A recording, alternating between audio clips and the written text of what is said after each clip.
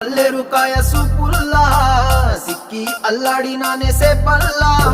పసిడి పచ్చాని అరసేతుల్లా ధర పోస్తా ప్రాణాలు తానే అడగాల సీతాకోక